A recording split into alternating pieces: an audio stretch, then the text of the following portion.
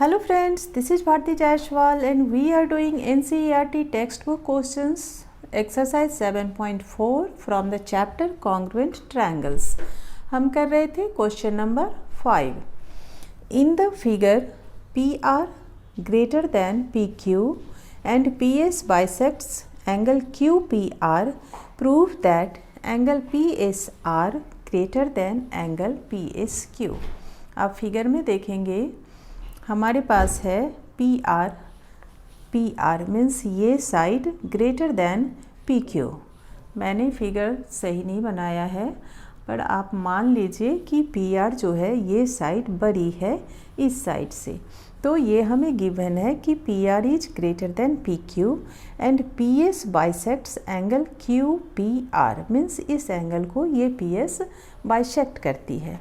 तो we have to prove that angle PSR means ये angle is greater than angle PSQ इस एंगल से. ठीक है, PSR ग्रेटर है एंगल PSQ से.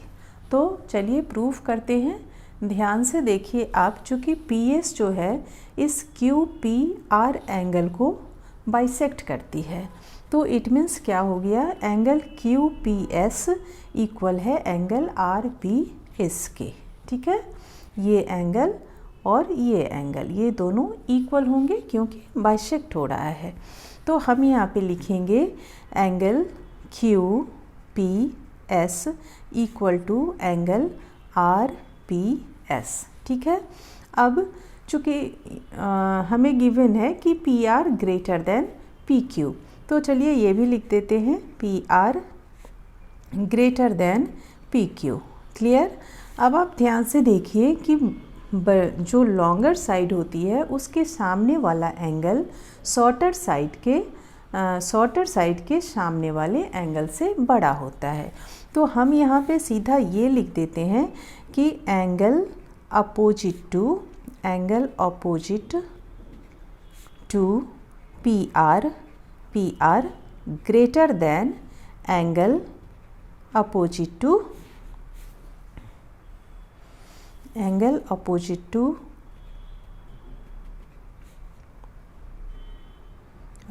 To PQ. ठीक है, हमने दोनों साइड के सामने वाले अपोजिट एंगल्स को लिख दिया. चूँकि PR ग्रेटर है PQ, it means angle opposite to PR is also greater than angle opposite to PQ. तो अब आप देख लीजिए कि PR का अपोजिट एंगल क्या है, PQS. तो हम यहाँ पे लिख देंगे angle PQS greater than angle PRS. Clear. अब आप ध्यान से फिर से देखिए कि angle PQS plus angle PQS plus angle QPS greater हो जाएगा angle PRS plus angle RPS के, क्योंकि हमने ऊपर ही लिखा है कि QPS इक्वल है RPS के. ठीक है ना, एंगल QPS इक्वल है RPS के. तो अगर हम QPS के साथ ऐड कर देते हैं PQS को, तो वो भी ग्रेटर हो जाएगा अगर हम RPS में PRS को ऐड कर दे तो. ठीक है, तो हम यहाँ पे लिख देंगे एंगल PQS प्लस ये वाला एंगल QPS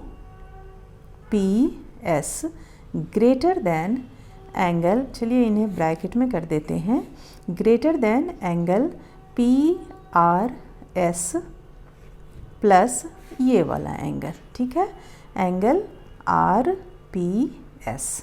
क्लियर. ये चूँकि ये एंगल बराबर है इसके, तो हमने इन दोनों में एक एक एंगल ऐड किया इस ग्रेटर एंगल में, तो जिसके साथ इसे ऐड किया वो भी ग्रेटर हो जाएगा इन दोनों के. क्लियर. अब देखिए एक्सटीरियर एंगल, यहाँ पे एक इस PQS ट्रायंगल का एक्सटीरियर एंगल है ये PSR. तो PSR के साथ हम क्या लिख सकते हैं, angle PQS plus angle QPS means ये दोनों एंगल, ये दोनों एंगल इक्वल हो जाएगा एक्सटीरियर एंगल PSR के, क्योंकि आपने पढ़ रखा है an exterior angle is equal to the sum of interior opposite angles. Clear? तो हम यहाँ पे इन दोनों के बराबर में लिख सकते हैं एंगल PSR, एक्सटीरियर एंगल। तो चलिए लिख देते हैं। यहाँ पे हम लिख देंगे exterior angle PSR equal to, इन दोनों को लिख दीजिए, angle PQS plus angle QPS। ठीक है।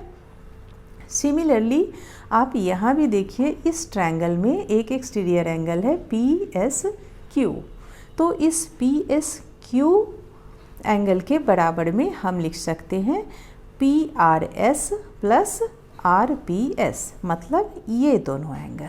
क्लियर? तो यहाँ पे लिख दीजिए आप similarly angle PSQ, exterior angle हो गया ये भी, exterior angle PSQ equal to ये वाले angle, angle PRS plus angle RPS। अब आप ध्यान से देखिए कि हमने ऊपर में क्या लिखा है, PQS प्लस QPS ग्रेटर है PRS प्लस RPS से, मीन्स ये एंगल, ये दोनों ग्रेटर है इस दोनों से, इट मीन्स ये ग्रेटर है इस एंगल से। क्लियर? तो हम यहाँ पे लिख देंगे angle PSR is greater than angle PSQ, और यही हमें प्रूफ करना था। हमने अभी आपको बताया कि यहाँ पे हमने लिखा है ना PQS plus QPS greater than angle PRS plus RPS से। ठीक है। तो अब इन दोनों के बदले, मतलब इन दोनों के बराबर में हमने एक्सटीरियर एंगल ये ले आया। ठीक है। PSR equal to PQS plus QPS, और इन दोनों के बदले PSQ एक्सटीरियर एंगल है, तो PSQ इक्वल हो गया PRS प्लस RPS के। इट मीन्स अगर ये दोनों एंगल ग्रेटर हैं इन दोनों से, तो PSR भी ग्रेटर हो जाएगा PSQ से। क्लियर? तो हमने लिख दिया यहाँ पे angle PSR is greater than angle PSQ, और यही हमें प्रूफ करना था। Thank you.